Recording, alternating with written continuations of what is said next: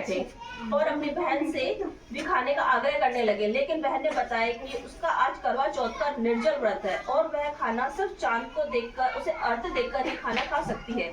चूंकि चंद्रमा अभी तक नहीं निकला, इसलिए वह भूख प्यास से व्याकुल हो उठी है। उसने सबसे छोटे भाई को अपनी बहन की हालत देखी नहीं जाती और वह दूध पीपल के पेड़ पर एक दीपक जलाकर चलनी से आटे ओट में रख देता है। दूर से देखने पर वह ऐसा प्रतीत होता है कि जैसे चतुर्थी का चांद उदित हो गया हो।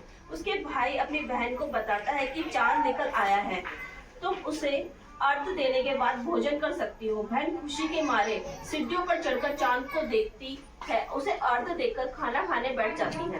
पहला टुकड़ा मुंह में डालती है तो उसे छींक आती है, दूसरा टुकड़ा डालती है उसे बाल निकल आता है और जैसे ही तीसरा टुकड़ा मुंह में डालने की कोशिश करते उसके पति को मृत्यु का समाचार मिलता है। वह बौखला जाती है। उसकी भाभी उसे सच्चाई से अवगत कराती है, इसके साथ ऐसा क्यों हुआ। करवा चौथ का व्रत गलत तरीके से टूटने के कारण देवता उसे नाराज हो गए।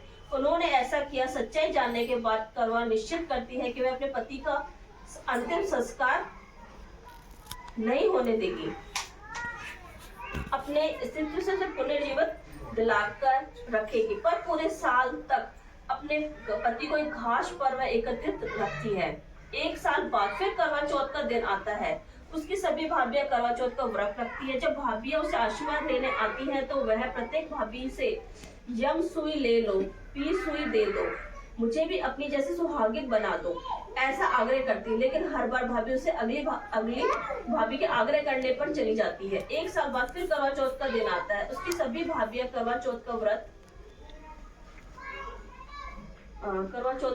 रखती है। जब भाभियां उसे आशीर्वाद लेने आती हैं तो वह भाभी को यम सुई ले लो, पी सुई दे दो, मुझे भी अपनी जैसे सुहागिन बना दो, ऐसा आग्रह करती है। लेकिन हर बार भाभी उसे अगली भाभी के आग्रह करने का चले जाती है। इस प्रकार जब छठे नंबर की भाभी आती है तो करवा उससे भी यही बात दोहराती है।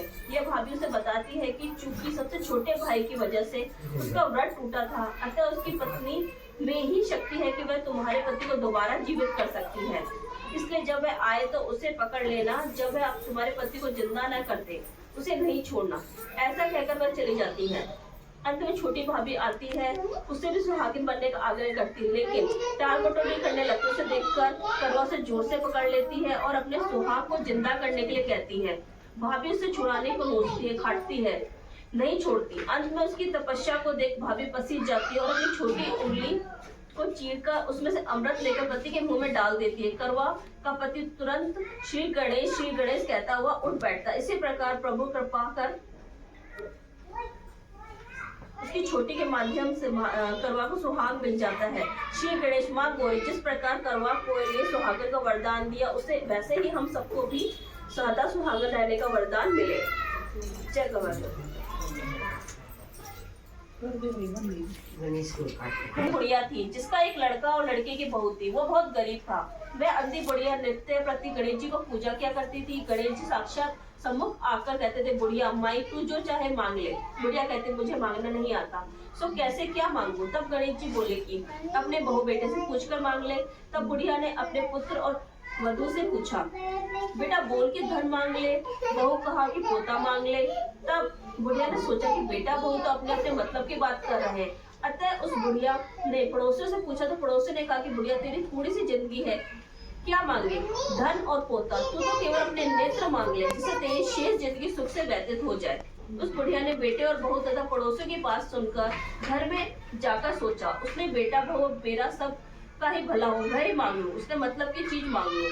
दूसरे दिन गणेश जी आए और बोले, बोल बुढ़िया क्या मांगती है, हमारा वचन है जो तू मांगेगी सो ही पाएगी। गणेश जी के वचन सुनकर बुढ़िया बोली, हे गणराज, यदि आप मुझ पर प्रसन्न है तो मुझे 9 करोड़ की माया दे, निरोगी काया दे, अमर सुहाग दे, आंखों में प्रकाश दे, नाते पोते दे और समस्त परिवार को सुख दे और अंत में मोक्ष दे। बुढ़िया की बात सुनकर गणेश जी बोले, बुढ़िया माँ तूने तो मुझे ठग लिया, खैर जो कुछ तूने मांग लिया है सभी तुझे मिलेगा। यूँ कहकर गणेश जी अंतर्धाने हो गए। गणेश जी जैसे बुढ़िया को मांगे अनुसार आपने सब कुछ दिया, वैसे ही सबको देना और हम सबको भी देने की कृपा करना। जय गणेश।